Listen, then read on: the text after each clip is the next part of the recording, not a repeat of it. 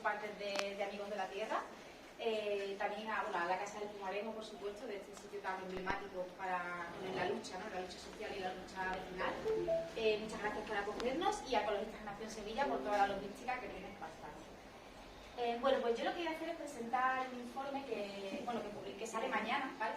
Esta es primicia, que sacamos Amigos de la Tierra y el Observatorio de Multinacionales para América Latina, que es el boom minero, ¿no?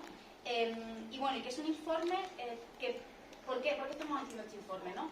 Amigos de la Tierra, desde hace bastantes décadas estamos siguiendo y apoyando las luchas en el sur global, en América Latina, en África, en Asia, de las personas que defienden el territorio, las defensoras del territorio.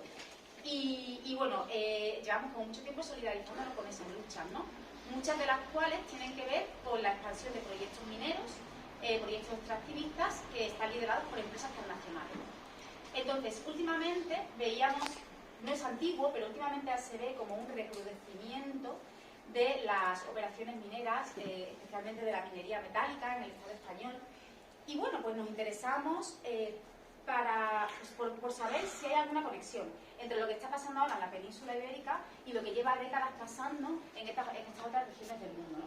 Entonces le pedimos a gente que sabe mogollón del tema, como Mal, pues que nos investigara un poquito. Y bueno, efectivamente lo que el informe y la investigación en la que se basa este informe viene a demostrar es que hay una conexión en cómo las empresas multinacionales operan en todo el globo, en todo el mundo. Y se repiten una serie de patrones. Se forman, se comportan de una determinada manera para implantarse en el territorio, generan una serie de impactos negativos muy adversos, que ahora veremos, en las comunidades, en el territorio y en los derechos de las personas, y generan una serie de resistencias y de lucha, ¿no? Entonces, bueno, este informe viene un poquito a contar todo esto. Y como Erika va a hablar de la metodología mejor que yo, pues yo lo que voy a contar es simplemente un poco el contexto político, ¿vale? Como decíamos, ya hace mucho tiempo que se viene viendo en España esta expansión de las actividades mineras.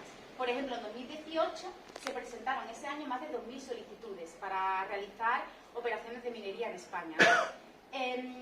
La mayoría de estas licencias, al contrario de lo que nos intentan vender, las ostentan empresas transnacionales, sobre todo de Canadá y de Australia. Son grandes empresas o grandes fondos de inversión los que están detrás de estas operaciones de minería. En España, también un dato que es interesante, la minería, sobre todo metálica, se concentra en su mayoría en 5 comunidades autónomas, ¿no? En Andalucía, en Asturias, en Castilla-La Mancha, Castilla y León y Extremadura. Es en esa zona, ¿no? Donde se concentra sobre todo este tipo de operaciones y de amenazas.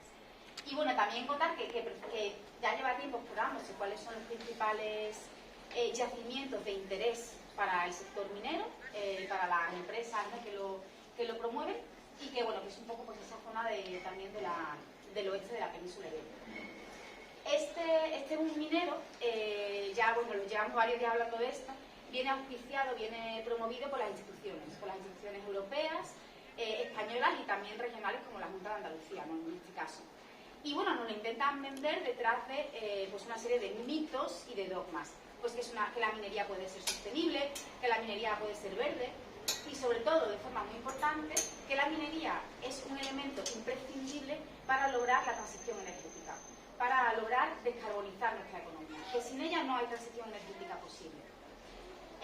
Detrás de esto hay una realidad, y es que, tal cual está planteada a día de hoy la transición energética, se van a requerir una gran cantidad de minerales y de metales pesados.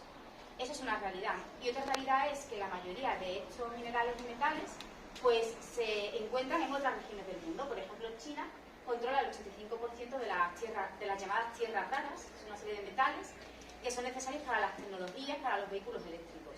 O, por ejemplo, el sacrosanto litio, del que hoy se hablará un montón, supongo, pues su producción la controla Australia y se encuentra en Bolivia, en Chile y en Argentina. Con lo cual, efectivamente, hay una dependencia de estos minerales por parte de la Unión Europea respecto a los mercados exteriores, ¿no? Y bueno, ¿qué dice la Unión Europea? ¿Vamos a cambiar nuestro modelo de consumo? No. Vamos a abastecer o garantizar la extracción de minerales y metales aumentando la minería dentro de las fronteras de la Unión Europea. Eso es lo que nos dice, ¿no? Y si estáis en contra de esto, pues estáis en contra de la transición energética. Sois gente que estáis en contra de descarbonizar la economía. Bueno, pues ese es uno de los dogmas que hay que desmontar, que la transición energética, una transición energética sostenible y justa, porque hay que hablar también de justicia, pues requiera de esta cantidad de metales. Si cuestionamos nuestros parámetros de cuánto tenemos que producir y cuánto tenemos que consumir como sociedades, ¿no? Cuáles son nuestras necesidades básicas, y por lo tanto planteamos la necesidad de demanda de materiales en función de esas necesidades reales, probablemente los números bajen. Y si, y aquí está el informe que presentará Sean luego, si priorizamos de verdad la reutilización y el reciclaje de lo que ya se ha producido, probablemente la necesidad de minar, de expoliar recursos, sea aún menor. El otro mito es el lavado verde de la minería. Y esto es un dato muy curioso, ¿no? Se dice que hace falta abrir minas y extraer metales para la transición energética, como si todos los metales que fuéramos a extraer del suelo fueran a abastecer la transición energética.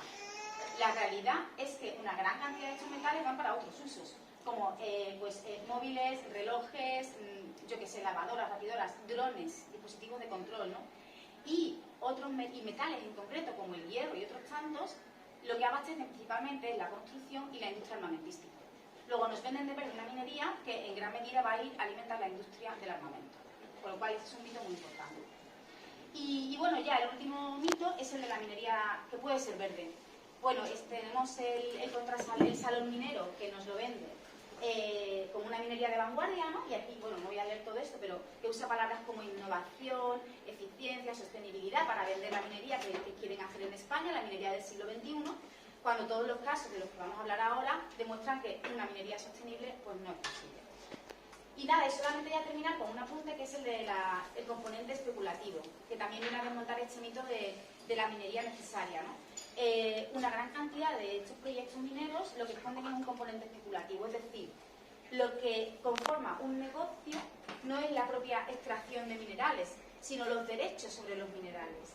Ese es el bien sobre el que se especula, es ese beneficio a corto plazo el que las empresas mineras buscan, ¿no? Tanto es así que muchas veces hacen negocio con esos derechos de extracción de minerales y cuando deja de ser rentables se van sin ni siquiera extraer ningún mineral. Bueno, pues ahí quedan. Entonces, bueno, solamente